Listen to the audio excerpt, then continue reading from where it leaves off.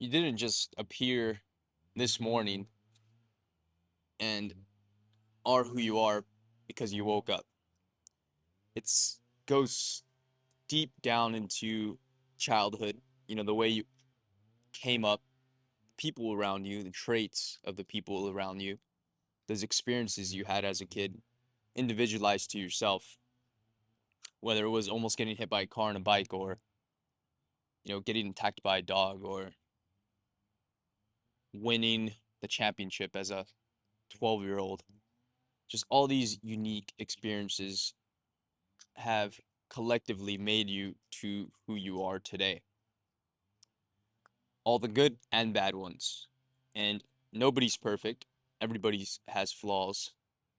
As long as you're working on them, then you are in a space of contentness. You're whole. You feel okay with yourself. You understand yourself. You realize what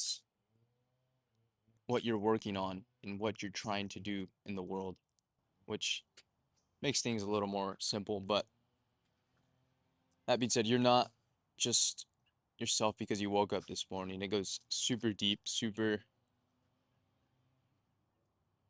linked to, who you were as a kid. Who was that person? Who was that?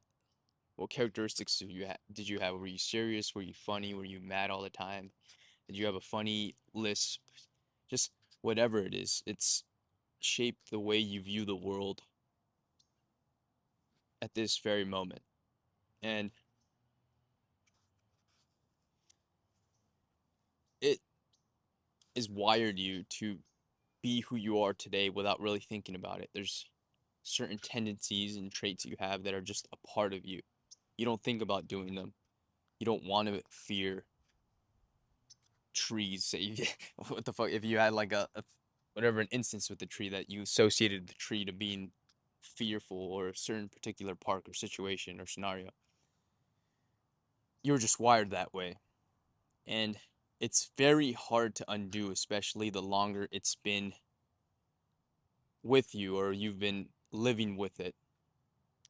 So it's not an overnight thing that you can snap your fingers or pay a lot of money or anything really to snap it out of you. It's worked on and it's day by day, never ending process of just constantly refining yourself and seeing how you can become a better person, seeing how you can fix that, seeing how I don't want these traits, so how can I undo these traits?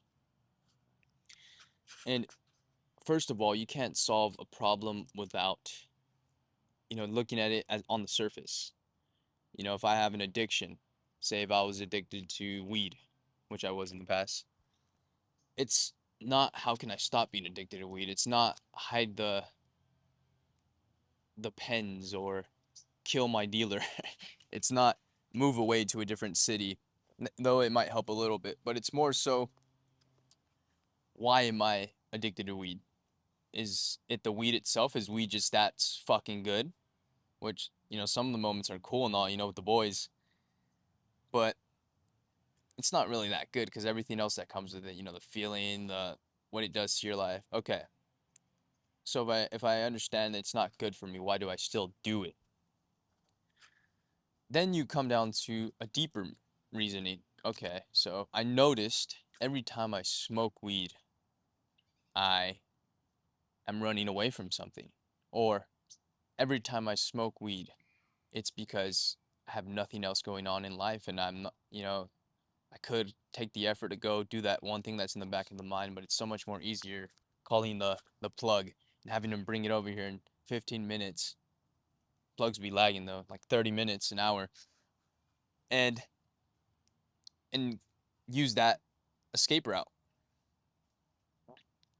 It's so much more easier to do that than solve the actual root issue. And in anything you're trying to do, you got to figure out what is the root issue. Why is this problem even here? So you dig deeper in like in that scenario there. So okay, we realize that weed isn't the problem. You know, it's if like all weed in the world disappeared, we will still seek that. We'll still seek something else. So then you look inward and saying, why do I want it? And then You find that reason. Okay, I want it because this and this and this reason. Okay, what am I trying to run away from? And that just opens up a whole nother door of problems that are deeply rooted, that have been there for a while, but you've just been ignoring. So then you start asking yourself questions like, okay, why do I feel like I have nothing going in life? Why do why do I want to run away from this emotional feeling? What is this emotion? Where did this emotion originate from? Why do I feel this emotion? Is it, what's wrong in life? And a good quote I heard, it was actually on a Joe Rogan podcast. I'm not sure who exactly it was, but if you have an addiction or anything, you ask, why do I feel this way, rather than like, why do I feel like I want to smoke weed? Why do I feel this emotion? Why do I feel this tension? And that allows you to ask the right questions to then dive deeper into yourself. Okay, that emotion makes me want to smoke weed. What is that emotion? When did it first originate? Okay, I remember when it happened here as a kid, and it made me seek pleasure instead of encountering problems, because problems are difficult. And that one time that I tried to attack the problem, I fell hard on my face, and I never want to feel that feeling again. Okay, you just uncovered why you actually feel that way. So let's just say you're afraid of failure because you've had a failure incident in the past from trying something, trying to go for something that hurt hard, or as a kid you weren't accepted when you actually tried, whatever it is. Then once you realize that, when that tendency comes in, that feeling of, hey, I want to smoke weed, you realize what the real issue is, and then you're like, okay, what can I do to actually solve the problem, rather than putting newspaper over spilled milk? So that's when you start doing that work on yourself. Okay, maybe I should try this one thing, and yeah, it's pretty scary, and yeah, I know where this root fear is coming from, but I'm gonna try it anyway. And slowly over time, after so many reps, and getting your feet wet, and then eventually jumping, completely submerging yourself, before you know it, you do overcome that one thing, and you do realize, wait, hey, I'm still complete. Hey, I'm still breathing. I'm still living. I'm okay. I'm fine. Nice. What's next? Then that's when the world really opens up, and it's like, okay, what do I actually want? So I got rid of all the limiting beliefs, all the fear. Yeah, you're still gonna feel fear. It's part of life, but it's like, okay, what do I want to feel fear from now? Hey, I actually want to climb my Mount Everest. Oh, that's a scary task. That's a lot of fear. Okay, let me attack it the same way I overcame this previous problem. Okay, that's the core issue. Okay, climb my Everest. Now we got to dig into the roots. Okay, how do I climb my Mount Everest? What kind of equipment do I need? Let me speak to some experts who have actually climbed it to see extra tips. Oh, when does an avalanche happen? Where's the campsites? Well, that's just digging to the roots and getting everything sorted. But that was just an example there. But problems always have to be identified from the roots. It's not surface level as we see it. It's not that. I think Tony Robbins had an example. He said a story where he was doing a presentation, and he had a knight, like a knight statue on stage. Every time he got close to the knight, the microphone would cut off. And then, he went back and forth, and three times he did it, and then it cut off every time he went towards the knight. And then the people in the audience were like, "The knight is causing the mic to cut off." And he said, "Really? I don't believe that." Then he goes again to the knight, and then his mic works perfectly, walks away from it. The mic stops working. So that just showed the problems aren't as straightforward as you see them.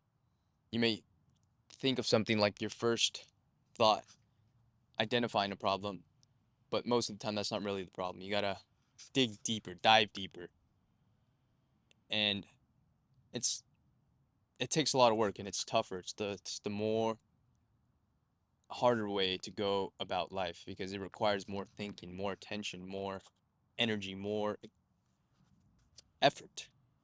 And especially this day and age, we all want the easy fix, a pill that will solve my problems tomorrow. Drugs, food, porn, TV, video games, just all these distractions, really, too. Distractions of your energy, time and effort of actually getting what you want. These things keep us behind, keep us from asking the real questions to ourselves, keep us from really figuring out who we are, why we are, and getting to the real stuff that actually affect our lives. Like that boxing match next week is not going to affect your life at all. It's cool. It's a cherry on top in life, but once we start asking ourselves the real questions and getting real with ourselves, not being afraid of those problems that have always lied within us, that's when life starts opening up. That's when we're able to start progressing in life and be